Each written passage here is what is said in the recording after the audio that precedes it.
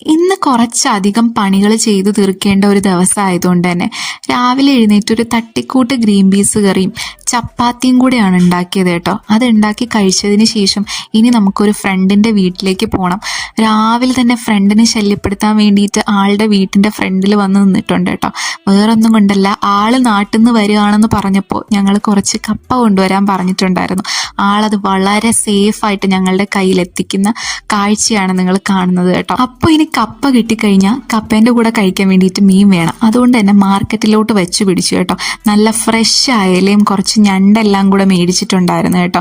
ഇനി ഇതെല്ലാം വീട്ടിൽ കൊണ്ടുവന്ന് ക്ലീൻ ചെയ്ത് ചടപടേന്നൊരു കറി ഉണ്ടാക്കണം. അങ്ങനെ ഞണ്ട് കറിയും കപ്പയും കൂടിയൊക്കെ ഉണ്ടാക്കിയെടുത്തു കേട്ടോ. പിന്നെ അയല പൊരിച്ചതും കൂടി ഉണ്ടായിരുന്നേ.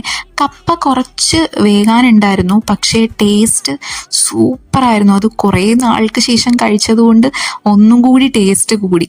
പിന്നെ അതെല്ലാം കഴിഞ്ഞൊരു ഉറക്കമൊക്കെ കഴിഞ്ഞതിന് ശേഷം വൈകുന്നേരം പാർക്കിൽ നടക്കാൻ വേണ്ടിയിട്ട് പോവാന്ന് അപ്പുറത്തെ വീട്ടിലെ കൊച്ചു പറഞ്ഞു കേട്ടോ. അങ്ങനെ പിന്നെ ഞാനും അവളും കൂടി പാർക്കിൽ കുറച്ചു നേരം നടക്കാനായിട്ട് പോയി. അതെല്ലാം കഴിഞ്ഞ് വീട്ടിൽ തിരിച്ചു വന്നപ്പോൾ ദേ അവളുടെ അമ്മ ചക്കപ്പഴം കൊണ്ടുവന്ന് തന്നിരിക്കുന്നു കഴിക്കാൻ വേണ്ടിയിട്ട്. എത്ര നാളുകൊണ്ട് ചക്ക കഴിക്കാൻ വേണ്ടിയിട്ട് കൊതിച്ചിരിക്കുകയായിരുന്നെന്നോ ഞാൻ. അങ്ങനെയാണ് ചക്കപ്പഴം കിട്ടിയത്.